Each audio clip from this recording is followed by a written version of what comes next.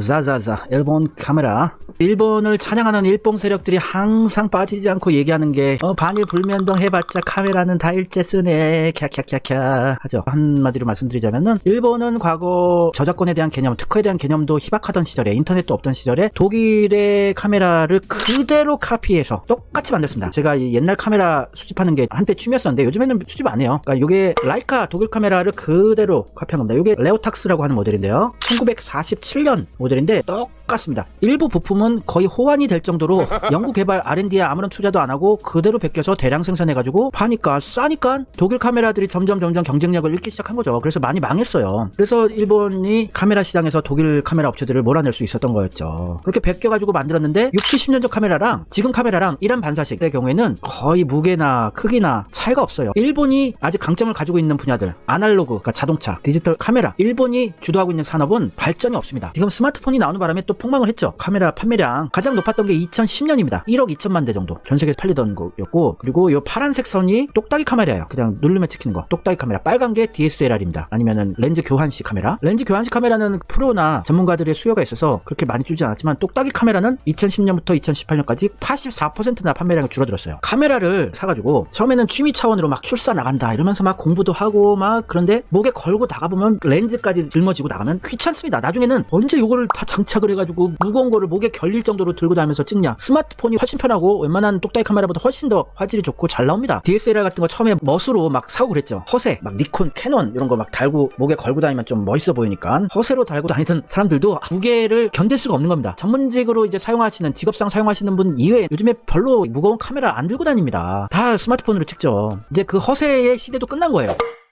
스마트폰 훨씬 좋아요. 사진도 필요할 때 언제든지 찍을 수 있고 항상 들고 다니니까. 2010년을 기점으로 해서 이렇게 뚝 떨어졌어요. 카메라 산업이 폭망한 거죠. 그래서 삼성이 이미 NX1 같은 미러리스 카메라는 동급의 일본 카메라를 넘어섰었습니다. 화질에서. 선예도라든지, 또 삼성이 이 독일 롤라이라든지 투자를 하고 기술 습득하고 미놀타로부터 기술 흡수도 하고 이러면서 일본 카메라를 많이 넘어서고, 좀만 더 했으면은 일본 카메라 밟아줄 수 있었는데, 이렇게 스마트폰 시대가 되고 이러니까 그냥 손절해버린 거예요. 삼성이 일본 카메라한테 패배해서 철수한 게 아니라 그냥 돈 안 된다, 그만하자. 이건희 회장이 카메라를 굉장히 좋아했었어요. 렌즈 같은 거. 그래서 자동차와 함께 카메라에 좀 폭 빠지셨던 분이라서 카메라를 계속 투자를 하고 기술 개발했었는데 안 팔리는 걸 굳이 빨리 그래서 손절하고 탈출한 거예요. 그리고 중국도요, 못 만들 것 같아요. 이 DSLR 카메라. 중국의 DJI라고 하는 드론 만드는 세계 1위의 드론 제조업체가 스웨덴의 최고 명품 카메라 하셀블라드사를 인수를 해버렸어요. 일본보다 한 단계 차원이 높은 하셀블라드를 인수했지만 DSLR 사업을 안 합니다. 중국도. 이거 폭망하고 있는 사업인데 왜 들어가? 이런 거예요. 일본이 자부심을 느끼는 거는 이미 망조에 든 산업인데 자부심 느끼고 있는 겁니다. 일본 세력들이. 그냥 망하는 사업인데 그냥 전문가들이 그냥 쓰는 거예요. 별로 만든 데가 없으니까. 일본이 기술이 무슨 압도적이라서 카메라 산업을 독점했던 게 아니라 처음에 베껴가지고 독일, 유럽의 카메라 업체들이 많이 규모가 축소돼 버렸죠. 자꾸 베껴서 대량 생산하니까 가격 경쟁력에서 상대가 안 되니까요. 그리고 또 일본이 전쟁에서 패배하고 미국이 일본을 식민지로 생각하고 귀여워해줬어요. 그래서 엔저로 수출할 때 돈이 굉장히 가격이 저렴하게 책정이 되도록 일본을 좀 보살펴줬죠. 그래서 일본 경제가 대량 생산 베껴서 해가지고 많이 성장을 한 거죠. 자동차든 뭐든. 지금 망하고 있는 거 지금 지켜보고 있는 과정이에요. 팝콘 각인데 무슨 일본 카메라를 못 쫓아가요. Nope. 올림푸스 84년 만에 카메라 사업 철수. 그리고 코니카 미놀타라고 있었어요. 이 미놀타가 일본 카메라 업체 중에서 가장 렌즈 기술이 최고였던 회사였죠. 미놀타. 이 미놀타가 코니카라는 회사에 인수가 됐었어요. 그래서 코니카 미놀타였는데 인수를 해봤자 또 둘이 또 좀 망조가 들어가지고 DSLR 부서가 소니가 인수를 해버리죠. 그래서 소니가 렌즈가 지금 기술이 괜찮은 거예요. 소니는 뭐 대단한 렌즈 기술 없고 똑딱이 카메라나 좀 만들던 회사였었는데, 이 미놀타의 DSLR 부서를 인수를 해가지고 소니 카메라가 이제 아직까지도 그래도 명맥을 유지하고 있는 건데, 이 미놀타라는 게 되게 멋있는 영어 단어 같은데, 요 미놀타의 창업자가 자기 고향에서 밭이나 논을 이렇게 가을에 보고 과실이 연글다 이런 뜻이 미노루라는 단어가 있어요. 미노루. 그러니까 밭이 연글고 있는 요거를 보면서 미노루타, 요 이름 멋있다. 그래서 발상을 해서 미놀타라는 이름을 짓게 된 거래요. 과실이 연근은 밭이라는 뜻이죠. 미놀타가. 네. 캐논. 일본선 캐논이라 그러는데, 캐논. 이 창업자가 엄청난 불교 신자였다고 하더라고요. 그래서 관음 보살, 관논이라 그러는데, 관논이라고 했다가 이게 좀 억양이 억센트가 좀 안 좋고 그러니까 그냥 관논에서 캐논으로 바꾼 거죠. 그러니까 관음.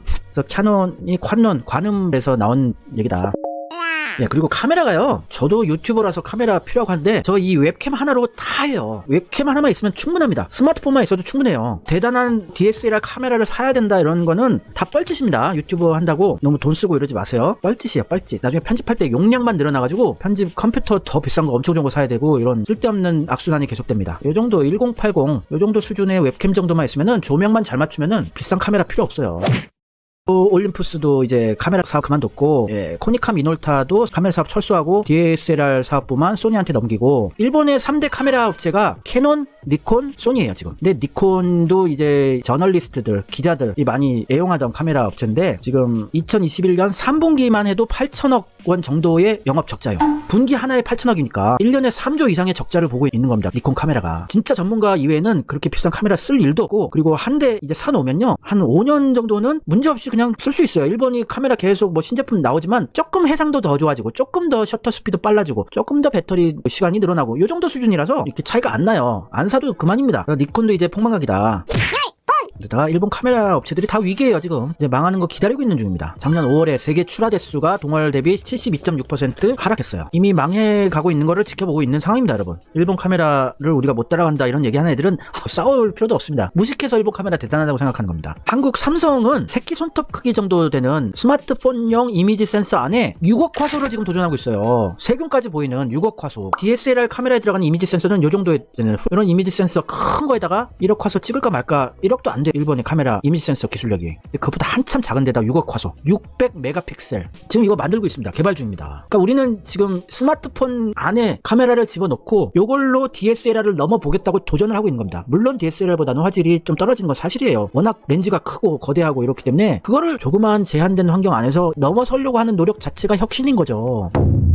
자세히 좀 알고 있는 또 일봉들이, 야, 일본 니콘, 캐논은 카메라로 돈 버는 회사가 아니야. 반도체 노광 장비로 이제 떼돈 버는 회사야. 이런 얘기 하죠. 얼마 전까지 맞는 얘기였었는데, 요 니콘이나 캐논이 반도체 노광 장비에서 굉장히 두각을 나타내고 돈을 많이 벌어왔었는데, 이제 시대가 변하는 것을 따라가지 못하고 있는 모습들을 보여주고 있습니다. 이 반도체 노광 장비 ASML이라고 뉴스에서 많이 들어보셨죠? EUV, 요거는 일본이 따라갈 수가 없는 겁니다. 네덜란드 ASML 밖에 못 만들어요. 그래서 아무리 일본을 좋아하고 이랬던 TSMC, 그 대만 업체도 일제 노광 장비는 구형이고 이렇게 정말 최첨단으로 만들지 못하는 거기 때문에 이제 일제 손절하고 TSMC도 ASML 쓰고 삼성도 ASML 씁니다. 삼성도 반도체 만들 때 얼마 전까지만 해도 니콘을 썼어요. 저 위에. ASML 같은 기술적인 혁신을 이뤄내지 못했습니다. 일본의 기술력의 한계가 딱 저기까지였던 거예요. 딱 저기까지였습니다. 대만도 이제 저 네덜란드 쪽 ASML 쓰는 거예요. 그렇게 일본을 좋아하는 대만조차도 이제 미래가 그렇게 밝지 않아요. 일본의 반도체 장비 업체도. ASML의 그늘에서 일본의 니콘과 캐논은 고전 중이다. 원래 과거에 반도체 노광 장치 시장에 ASML, 니콘, 캐논 요 세 개사가 점유율을 이제 나눠 먹었었어요. 근데 지금 ASML이 독주를 하고 1강 2약 체제로 굳어지고, 현재 ASML이 시장 점유율 80%, 그리고 니콘과 캐논이 한 10% 정도씩 차지하고 있는 거예요. 이제 시간이 더 가고 그러면 이 10% 정도 나눠 먹고 있던 니콘, 캐논도 점점 더 줄어들 수밖에 없죠. 왜냐면 반도체 기술은 계속 진화해 나가는데 그 진화하는 기술력을 따라가지 못하고 있어요. 일본의 장비들이. 기술 혁신의 얘들 한계를 보여줬기 때문에 더 이상 ASML 같은 EUV를 만들지 못해요. 그래서 다른 전략으로 돌파구를 찾고 있습니다. 얘들은. 최첨단 미세화 기술이 요구되는 노광장치 개발은 포기하고 9세대 노광장치 개발 판매를 노리는 거예요. 그러니까 이 최첨단 반도체 만드는 EUV는 이제 포기한다. 좀 덜 정밀한 반도체 만드는 거에 힘을 쏟아붓겠다고 전략을, 죽을 각오로 기술 개발을 할 전략을 선택하지 못하고 그냥 또 다시 찌그러드는 거예요. 그래서 일본의 반도체 장비도 이제 폭망에 들어섰다. 카메라는 이미 이제 거의 끝나가고 있고 니콘, 캐논 반도체 장비도 안 된다.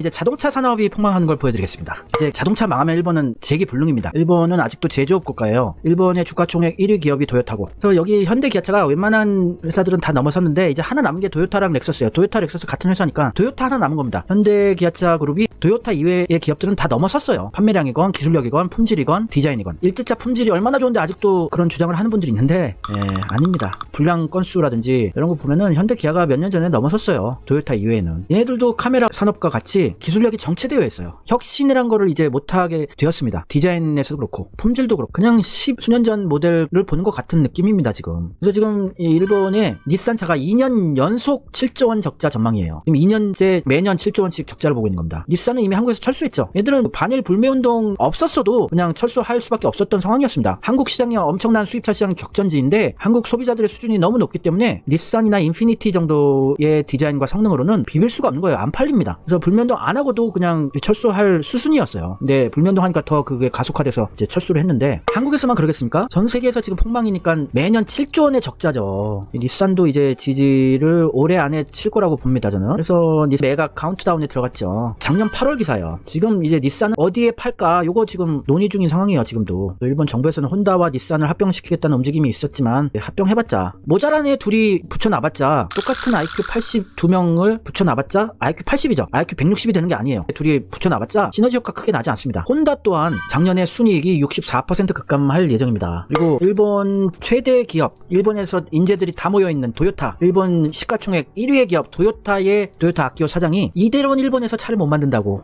정부에서 탈휘발유 정책, 친환경 정책, 전기차 이런 시대로 가자고 정부에서 얘기를 했는데, 아으 싫어, 이대로는 일본에서 차 못 만들어요, 우리 하이브리드 팔고 휘발유 더 팔래요, 우리나라랑 반대되는 지금 의견을 주장하고 있는 거예요, 도요타 아키오 사장이. 근데 우리나라는 현대 기아차에서 오히려 발벗고 나서서 우리가 친환경차, 전기차, 수소차로 갈 거니까 정부에서 좀 도와주세요, 제발 좀, 이렇게 반대로 우리는 지금 기업에서 오히려 환영하고 있는데, 친환경으로 가는 걸. 일본에서는 토요타 세계 1위, 일본 1위의 기업이 싫다는 거예요. 하이브리드 차 더 팔게 해달라는 겁니다. 이렇게 친환경으로 갑자기 가면 자동차 업계의 비즈니스 모델이 붕괴된다고 반발했어요. 일본의 미래가 보이는 겁니다. 일본에서 가장 혁신적인 기업이 도요타예요. 가장 깨어있는 조직이라고도 하고 있고, 가장 똑똑한 애들이 많이 모여있는 게 도요타입니다. 그러니까 일본의 삼성이 도요타예요. 그러니 제대로 대응을 하겠습니까? 이제 망하는 거 지켜보는 꼴이죠. 네, 도요타가 망하면 이제 끝나는 겁니다, 일본은.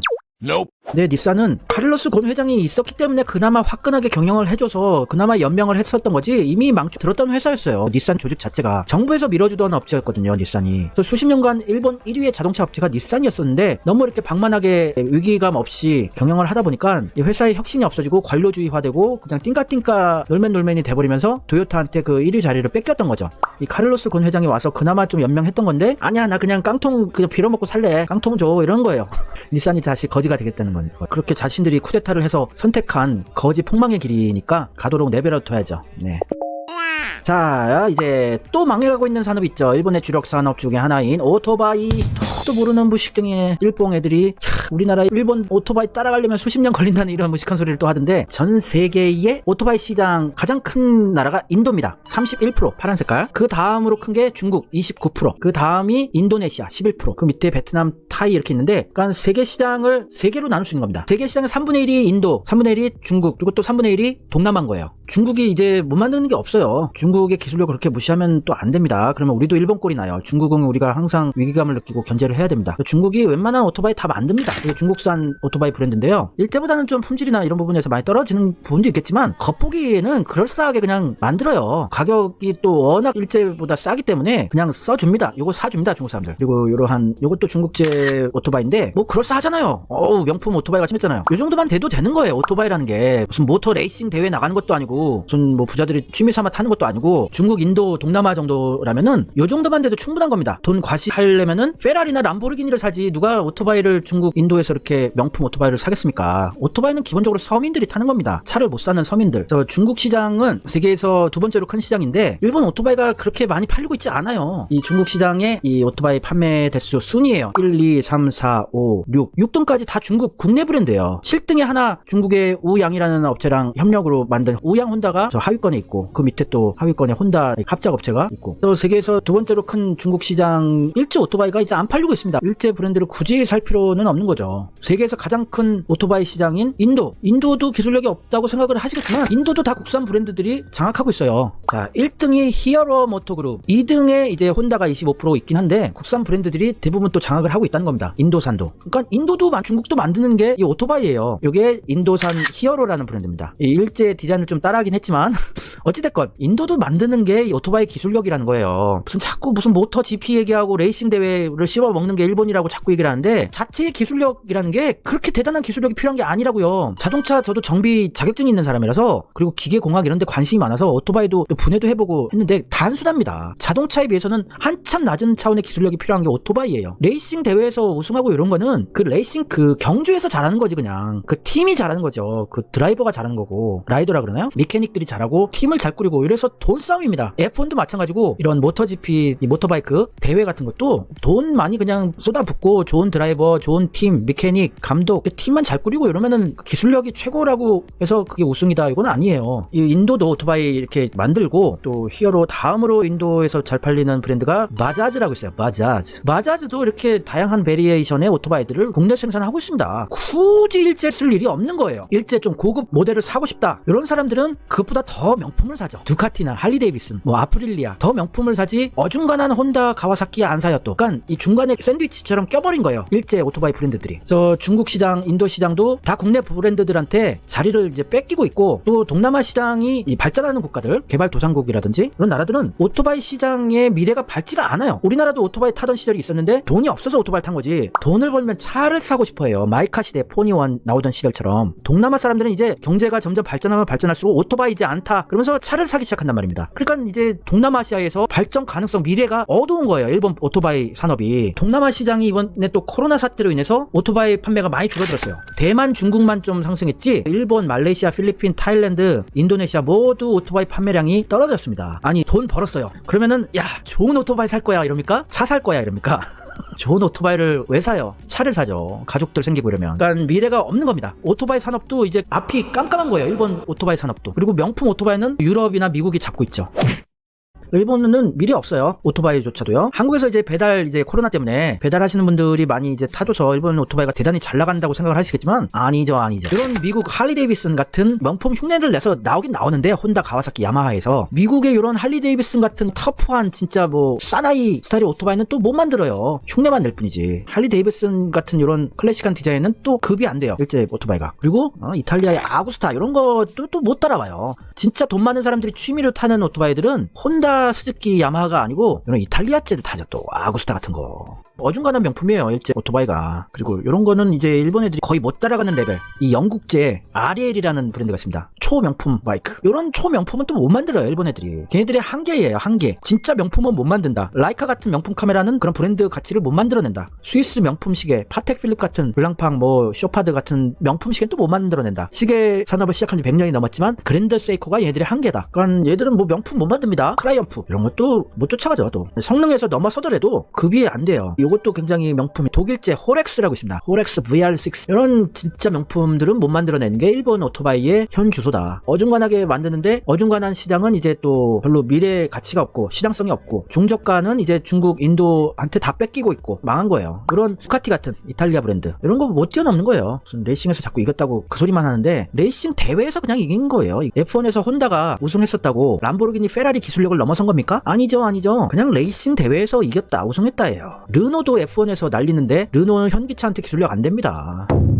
일본의 오토바이 업체들이 또 미래가 아예 안 보이는 게, 이 전기차도 이제 패러다임의 전환이 이루어지고 전 세계 자동차 업체들이 발빠르게 대응하고 있는데, 오토바이도 이 전동화가 이루어져요. 전기 오토바이 이제 많이 이제 만들어 나가고 있는데 일본제 브랜드가 이 랭킹에 없어요. 할리데이비슨, 라이브와이어가 1등이고 이렇게 13위까지 있는데 대응을 못 하고 있는 겁니다. 일본 오토바이 업체들이. 그렇게 오토바이 산업을 씹어먹고 있다는 애들이. 새로운 것에는 적응을 못 하는 애들이에요. 전기 오토바이 이 순위를 좀 보여드릴게요. 지금 할리데이비슨이 아주 전동화에 대해서 지금 발빠르게 대응을 하고 1등 할리데이비슨 라이브와이어라는 전기 오토바이예요. 이게 전 세계 최고의 전기 오토바이로 지금 평가받고 있는 게 라이브와이어죠. 2등이 제로라고 하는 전기 오토바이, 3등이 아크 벡터라는 전기 오토바이, 4등 라이트닝 LS21H라는 전동 오토바이, 5등 에너지카 에발 리벨, 6등 고고로 스쿠터, 7등 하이퍼스포트 프로. 디자인이나 뭐 이런 면에서 다른 오토바이 업체들은 대응을 빨리 하고 있는데 일본은 아예 순위가 없어요. 이거 미래가 없는 거지. 안 그래요? 11등 진짜 미래형 디자인이네요. 퓨얼 플로우, 이게 전 세계에서 가장 빨리 충전이 완료되는 오토바이라고 하네요. 전기 오토바이. 12등 슈퍼 소코 TC, 이게 세계에서 가장 클래식한 스타일링으로 평가받은 모델이고, 13등이 폴윈 CR6, 여기서 가장 조용한 전기 오토바이. 이렇게 랭킹에서 순위권에조차 들어가지 못하고 있습니다. 일본이 이제 오토바이를 산업을 씹어먹던 일본의 혼다, 야마하, 스즈키, 가와사키가 이 전기 오토바이는 화석 연료를 사용하는 오토바이보다 더 간단한 구조입니다. 배터리랑 모터 연결하면 되는 거예요. 이런 것도 대응을 못하는 게 일본이니 일본 오토바이 산업의 미래가 있습니까? 오토바이도 이제 끝나는 거 지켜보는 팝콘 각이다.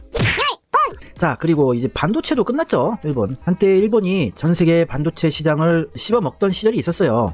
1989년에 도시바가 전 세계 D램의 1등이었고 2등이 NEC, 5등이 히타치였어요.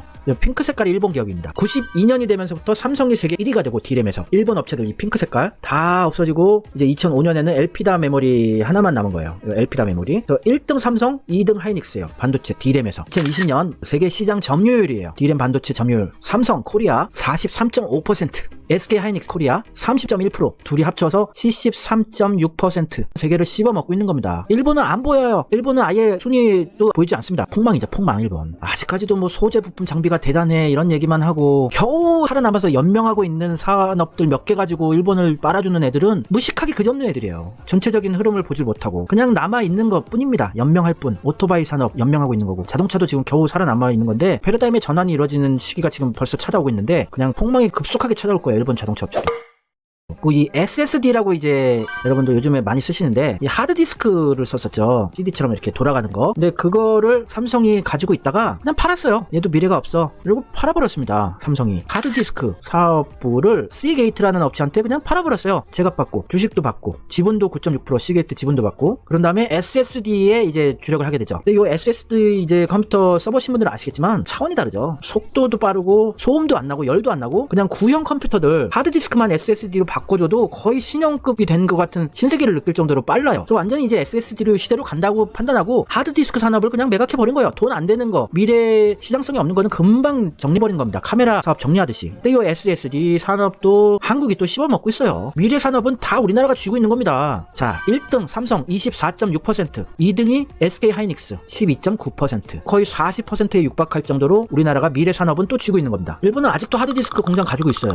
그러니까 일본은 이 미래 산업도 갖고 있던 것들도 다 미래를 보는 계한이 없다든지 이러면서 다 망조에 들고 팔아먹고 그러는 겁니다. 일본 경영자들의 수준이 굉장히 낮습니다. 예전에 무슨 마츠시다 고노스케 같은 경영의 신이 있었다고 막 그러지만 과장된 거고 경영 전략에 있어서 굉장히 띨띨한 모습을 보여주는 게 원래 일본의 경영자들이에요. 일본 국민들을 보면 경영자들도 알 수 있어요. 판단 능력이 굉장히 떨어집니다. 또 이 복합기 프린터 시장을 일본이 뭐 다 잡고 있다고 또 그러는데 캐논이 이제 프린터 산업에서 18.6%로 세계 1등, 2등이 HP 미국 17.2%, 3등이 브라더 미싱 만드는 회사죠. 일본에 브라자가 14.3% 3등. 근데 프린터 산업도 망하고 있지 않습니까? 프린터 누가 써요 요즘에? 그러니까 쓰긴 쓰는데 종이 자체를 이제 프린트를 아예 안 합니다. 스마트폰이 나오고부터 예전에 무슨 어디 외출할 때 가게 주소라든지 이런 거 써있는 거 이제 프린트를 해갖고 들고 나갔었는데 요즘에는 스마트폰에서 바로 보면서 주소 입력도 할 수 있고 바로 캡처를 해서 쓸 수 있고 사진을 찍어 놓을 수도 있고 그리고 회사에서도 종이를 프린트를 많이 안 하는 추세입니다. 지금 종이를 쓰는 문화가 점점 없어지고 있어요. 이 태블릿으로 그냥 서류 같은 거 보고서 같은 거 보고 삼성이 또 이 프린터 산업도 매각했어요. 삼성전자가 프린터, 레이저 프린터라든지 잉크젯 프린터, 복합기 이런 거 만들면서 굉장히 많이 성장해 오다가 갑자기 HP한테 프린팅 사업부를 매각을 해버렸어요. 근데 이것도 돈이 안 된다는 걸 바로 파악한 거죠. 이러한 빠른 판단 능력이 없어요. 일본은. 또 미련이 많습니다. 끝까지 그냥 잡고 버티고 있어요. 일본 애들은. 한국은 돈 안 된다 싶으면 바로 그냥 손절해 버립니다. 일본은